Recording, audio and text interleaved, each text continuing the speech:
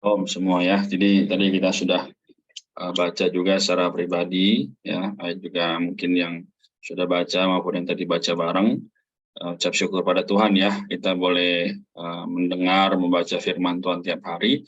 Ya mungkin juga lama nggak berjumpa secara online ya, karena punya jadwal masing-masing ya, John, Robert, Chris. Ya, kita masuk ke 1 Yohanes pasal yang kelima yang nggak berasa. Pasal 5 ayat 4 sampai 21. Nah, sekarang kita lihat dulu secara singkat aku review ya. Yohanes ya. Yohanes ini ditulis oleh siapa sih? Yaitu adalah Yohanes ya. Penulis Injil Yohanes seperti yang terlihat dari tipe dan gaya tulisannya. Nah, pokoknya apa? Pokoknya adalah persekutuan hayat ilahi dengan diri Tuhan. Ya, jadi kita juga lihat ya penerimanya. Nanti akan kita bahas nih di pasal 5, yaitu orang beriman pada umumnya yang telah memiliki hak kekal Allah oleh percaya ke dalam anak Allah. Nah, jadi teman-teman syukur pada Tuhan ya, dari pasal 1 sampai pasal 5, semua membahas dan mengenal ya diri kita sebagai orang yang bisa menerima persekutuan dengan anak Allah. Nah, jadi teman-teman sekali lagi, kehidupan kita sebagai orang muda tidak bisa dinilai bagaimana hari ini kita menjadi orang yang tiap minggu aku beribadah, tiap minggu aku datang pada Tuhan. Tidak cukup demikian. Nah, di pasal 5, 1 sampai 3, ya, Yohanes di sini menyatakan, dikatakan ayat pertama, setiap orang yang percaya bahwa Yesus adalah Kristus, lahir dari Allah. Dan setiap orang yang mengasihi Dia, yang melahirkan, mengasihi juga Dia yang lahir dari Allah. Nah, ini penting ya, mungkin kemarin kita sudah baca secara pribadi juga. Nah, jadi di ayat 2 dikatakan dengan inilah kita ketahui bahwa kita mengasihi anak-anak Allah, yaitu apabila kita mengasihi Allah serta melakukan perintah-perintah. Perintah-perintahnya itu apa? Yaitu kita berdiri dalam kemurnian, berdiri dalam kekudusan yang adalah milik Allah.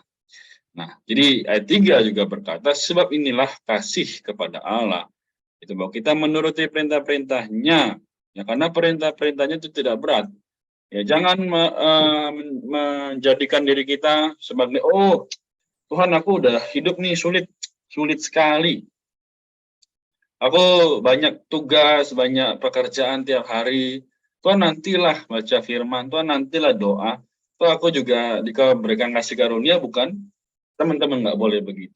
Ya, kita sebagai orang muda harus punya hati yang selalu tertuju pada Tuhan.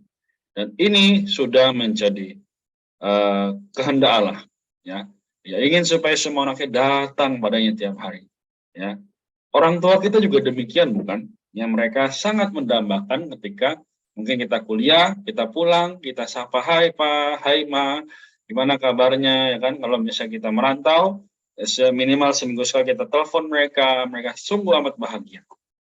Nah, demikian pun dengan Tuhan kita Yesus Kristus. Teman-teman sekalian, tapi untuk mencapai tahap seperti itu, kita perlu apa? Mengalahkan dunia, maut, dosa, iblis, dan berhala. Dengan apa? Dengan hak kekal dalam anak. Nah, teman-teman sekalian, hari ini tidak mudah ya. Sekali lagi aku katakan bahwa tidak ada yang bisa mengalahkan dunia, tidak ada yang bisa mengalahkan maut, tidak ada yang bisa mengalahkan dosa, iblis, dan berhala. Kenapa? Karena semua itu menarik bagi kita. Ya, tidak dipungkiri. Aku juga sering gagal, tapi bukan berarti tidak maju, tidak mau mengambil keputusan. Ya, teman-teman, sekarang kita semua sudah di penghujung tahun. Tapi bagaimana kita bisa menjadi orang yang sungguh-sungguh datang pada Tuhan? Ya, tidak lain tidak bukan adalah melalui kita menjadi orang muda yang terus mau supaya diri Tuhan bertumbuh dalam kita, ya. Jadi kita ayat berikutnya ya. Bentar, kita lihat juga bahwa ini semua adalah bagi kemuliaan nama Tuhan. Ayat 4 ya, sebab semua lahir dari Allah, mengalahkan dunia, dan inilah kemenangan yang mengalahkan dunia, iman kita. Nah, kemarin ya, kita semua juga tahu di GBK ya ada acara, semua ikut di sana. Bagus, sangat bagus. Dan memuliakan Allah, iya betul. Tapi kita lihat lagi, apakah yang datang ke sana punya hati yang sungguh-sungguh, atau hanya sekedar, oh euforia nih, rame-rame, wah gue ikut teman gue pergi, gue juga. Teman-teman jangan salah. Kalau sampai kita punya motivasi yang demikian, maka penghidupan kita, ya apapun yang kita kerjakan, mungkin hanya sekedar, oh ikut teman, oh temanku boleh selamat, oh temanku begini, begini, begini, ya.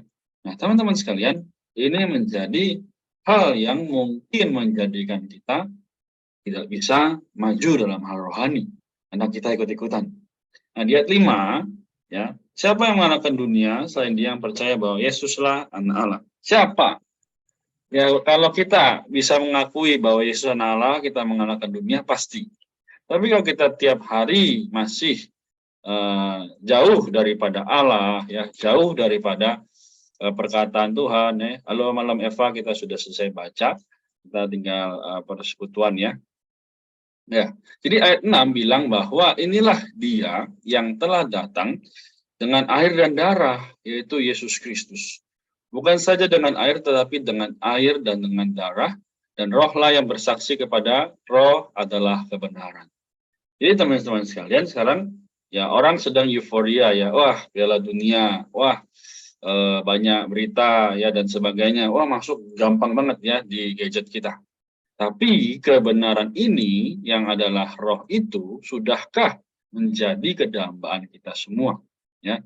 Dan pertanyaannya nanti mungkin kita di minggu-minggu hari-hari berikutnya kita akan bahas ya mengenai apa yang harus kita kerjakan di dalam kehidupan kita sebagai orang Kristen ketika seluruh dunia memang sedang merayakan tanda kutip ya kelahiran Tuhan.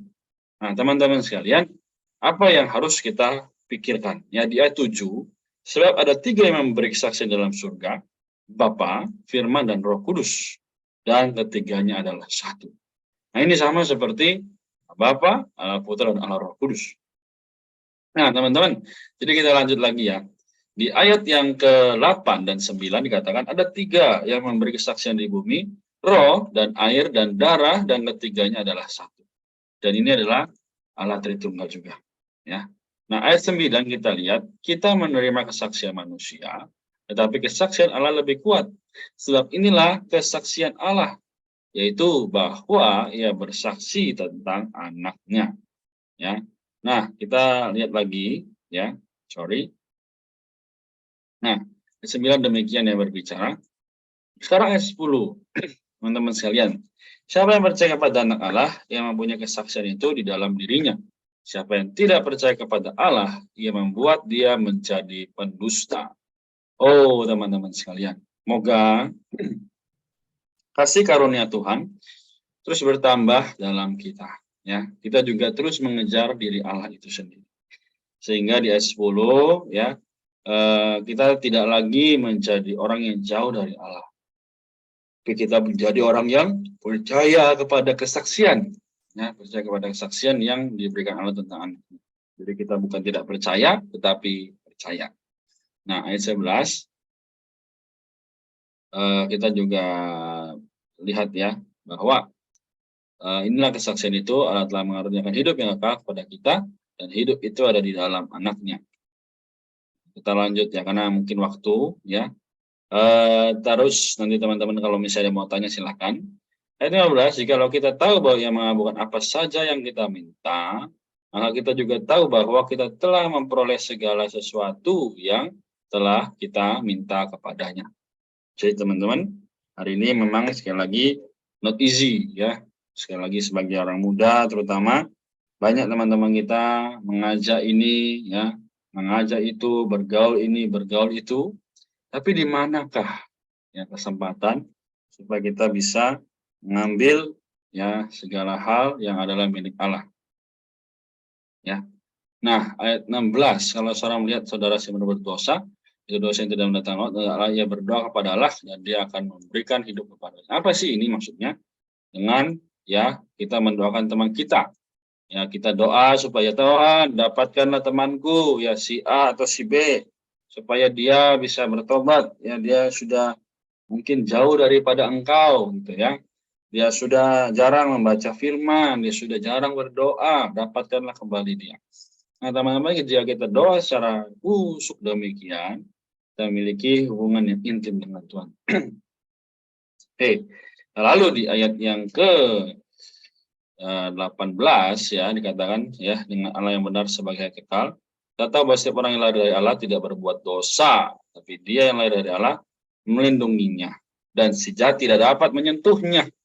Haleluya, ya. Diri Allah benar-benar telah ada di dalam kita, dan diri Allah melindungi kita dari segala dosa dan kejahatan, ya, tidak dapat menyentuh kita harusnya. Tapi kenapa masih bisa menyentuh kita hari ini? Karena mungkin ya kita kurang ada persekutuan yang intim. Kalau ada, pasti kita tidak akan terganggu, ya, si Tuhan. Nah, sekarang kita lihat lagi di ayat 21. Anak-anakku, waspadalah terhadap segala berhala. Kita harus waspada, ya, berhala itu bukan hanya patung yang kelihatan, ya, handphone, ya, hobi, ya, apapun itu, ya, bisa menjadi berhala bagi kita yang menghalangi Tuhan berbicara kepada kita. Amin. Jadi secara singkat demikian, semoga teman-teman kita semua dibangkitkan, kita semua disegarkan kembali. Oke, aku sampai di sini, ya, Tuhan memberkati. Jika ada pertanyaan, ya, kita terus boleh bertanya. Mari kita berdoa.